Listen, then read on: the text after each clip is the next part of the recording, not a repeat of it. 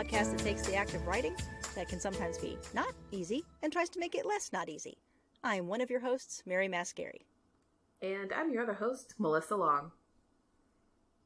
So remember when we were in middle school and there was someone you might have wanted to ask out and you super didn't? And that is the fear of rejection. And then we grew up and we became writers and we said, let's get that even more. Let's do that all the time. Let's do that all the time. That'll be great. Rejection. So one of the great things about writing is not only do you have to do this huge intellectual exercise that takes a lot of time and a lot of your resources, it's a very difficult task to do. But then once it's done, getting anyone to care is another journey. And that can be really, really taxing. So today we're going to talk about rejection.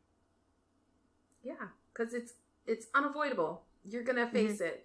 Any kind of artistic pursuit, you're going to face rejection. And I hear a lot of advice that's so generic, just get thick skin, just deal with it, you get over it. And I'm like, that's not helpful. Yeah. Not helpful. That's like denying the problem. Sure. Just stop. Oh, okay, thanks. And, another thing, and I learned about this a year ago, maybe 2 years ago, that part of ADD or ADHD, there is a thing called rejection sensitive dysphoria, where you disproportionately react strongly to rejection or assume that there will be rejection. So, assuming that just your default is rejection and then moving from there. And I was like, oh, that sounds familiar. Though being aware of that has certainly helped. Helps you correct for it. But yeah, so let's talk about how to handle rejection. Because it really, you get it, I think, a lot more than I do. Because Hollywood, holy cow, that's you can, I had a screenwriter teacher who said, Hollywood's the only place where you can die of encouragement. Yeah, it's rejection on steroids. And I just recently went through this, so I was like, I've got the perfect topic. Excellent. Yes, share your pain. We would like to hear about it. So, I recently had to deal with a rejection that I would call the disappointment rejection, which is not the initial rejection where you're just throwing stuff out there and seeing what sticks, who's excited about something, or trying to convince something to read your work. I had made it past that barrier. But I was in the process. It's staffing season here in LA, which means they're staffing up all the rooms, casting all the shows for the fall season. And it's frantic. It is the most stressful period of the year for most entertainers. And because you're waiting to see what's going to get green light, what's going to get bought, who's going to go where, and people are moving all over the place. So I was being considered for a staff writer position on a new show. And I was very, very, very excited about it. And to give you a sense of the competition, there were 500 scripts submitted for this show. And they probably took, I'm guessing the writer's room ended up being 8 to 12 people, including the showrunner and the co-EP. So... yeah, stiff competition, and that's including all levels of the writers. And I did not get in. They only ended up meeting with 20 people. And so it was one of those things where it was so close. And I was like, this is so great. It's so good. It's going to happen. And then it's it didn't happen. And it's how do you deal with that when it's not just, oh, well, your writing was crap, or, it's more about the business and the timing and all of these other things. But there was a really great response from another showrunner, was not affiliated with this project. It was, let's see, what was his name? I think it was Daniel Hernandez. He did The Tick and did 1600 Pen. He's done a lot of comedy, dramedy, quirky stuff. And he just did staffing, and he has a whole Twitter thread, which I will link to this, on rejection and specifically with staffing and what his process was for staffing the room. But one of the things that stood out to me was that he said they got 200 scripts that they had to go through for his room. And he's like, I want you to remember that none of this has anything to do with your writing. You are all pro writers. Every single script, every single one of you is a good writer. So please do not take a rejection as I'm a failure, I am a bad writer, I should walk away. And I think that's our instinct, right? In any kind of rejection is like, oh, I'm bad, it's over. So I wanted to stress that because I think that translates across all mediums. Is that immediate story we want to tell ourselves that like, well, I'm just not good enough. Or it's like my writing is bad. I'm a hack, and they finally figured it out. Yeah. And that's a really good point. But sometimes for me, that's even more frustrating because it's like I did it all right, and then now what do I do? Now I have no control over it. And so while I hear I do take comfort in, okay, no, this is not personal. Then I go to another place of like, well, why am I ever going to happen? Like, what's the point? Am I ever going to do this? Like I'll never get in. But I think a couple things help me in those dark times. One of them is knowing that even if it's rejected, they still read it, right? They still saw me. And if I believe in my work, then it's gotten into their brain, right? And so, it does happen sometimes where it's, I've been seeing your stuff. It's not the right thing. It's not the right thing. Finally, yes. And it's important to keep trying. And I tell myself that I'm so bad at it. I'm so bad at querying because it just seems pointless. But I also, the other thing is I have to imagine the person reading it and remember that they love writers. They love the thing that they're doing, right? Yeah. They're not reading my stuff to go, oh, that's stupid. Like, no, they're desperate. They love writers. They are writers, or they work with writers. They're on my side. They're cheering for me. And if I picture that helps a lot. Yeah, that is so important. They're not the enemy. No. They're cheering for you. They want you to be successful. And I was surprised in this process at how many people jumped at the chance to help me get considered, right? Because I didn't even want to reach out to them and be like, hey, I heard this show. Like, maybe you could pass my name and my script along. And I thought they're not even going to respond. Like, some of these people don't know me very well, or they know me through another connection. But people were like, if I can help, I want to help, especially when you have already like started building that relationship and they've read your work. So I think that's right. It's like they want to help you. It's helpful to think of the bigger picture. And I'm guessing because they did these 20 meetings in like a week period, they already knew who they really wanted, right? And in some instances, it's like, I've got a list of like my top 20 writers I want to work with, and we're going to start there. And the goal is to get on that list. So if I'm closer to getting on that list for the next round, then that's still a win. Yeah. It takes so much patience. But I think for me, I have to not go from a point of like psyching yourself up, like, I'm going to do it, because it's such a long slog. I think you just have to kind of get to a zen place of just putting it out, just like this is the work just as much as the writing is. It's just a practice. It's just a thing of this is the submitting time, or this is the meeting time, or this is the putting yourself out there is just the practice in and of itself in a way. Yeah. I mean, it is true. The more you do it, like, it's not that the easier it becomes, but it becomes harder for you to tell yourself that narrative that like the world is going to end because you got a rejection.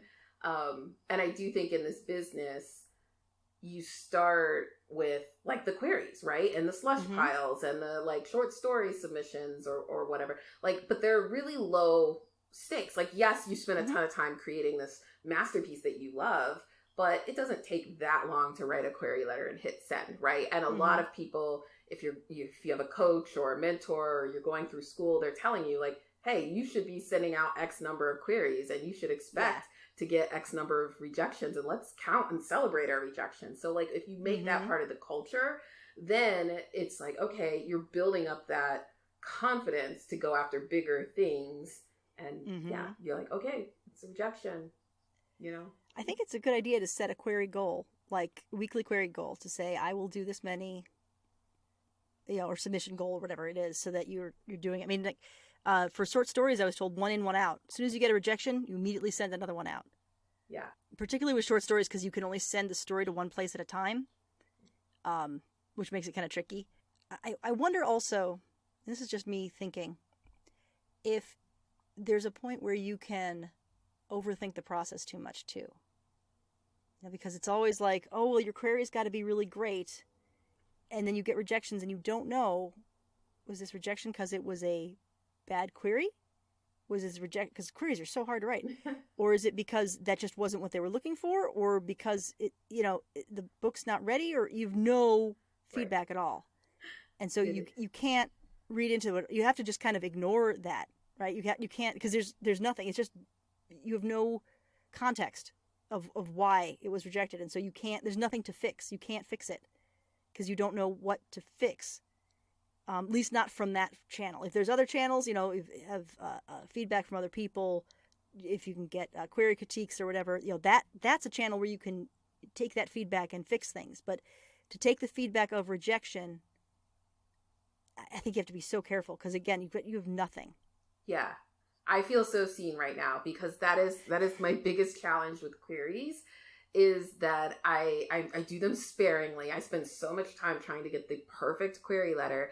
And then I've had to psych myself up to send it. So I'll have it sitting in my inbox, and I'm like, okay, today is the day we're going to hit send, and this one query is going to go out. And if I don't set a quota for myself, or like some kind of structure, like it will take me weeks. Like I will just procrastinate, and then I'll be like, maybe. So now I'm like, okay, today's the day. All I have to do is write a draft. All I have to do is tweak this or find the name of the person I'm going to email. Yeah. Like I've had to make it very structured. And even then saying like, oh, I'm going to do 2 a week, I still put that off. So it's like you have to know your own weaknesses and kind of game, like hack yourself, your worst instincts to get your work out there. Whereas if you send mass queries all the time and that is not your issue, maybe you need to game the system and think about like, am I sending the right ones? Maybe I should only send a certain number. Yeah. There are people who are too confident. which is the worst, because like you don't want to be that guy either, like who's too confident, and you're like, wait, am I being, I'm not, it's so hard to tell. And I think you just have to not, I just think you have to just take that whole, because we're used to taking results and learning from them, right? Like, oh, this is rejection, then I need to fix something, this is not the outcome I wanted, let me make a change to do that.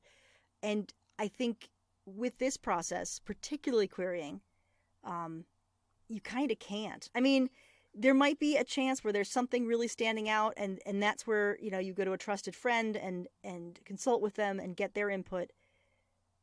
But like, I'm thinking seriously of like writing a script, like a computer script to assemble queries for me. Mm-hmm. Because it's such a like, he's got to open it and like, okay, which one do they want?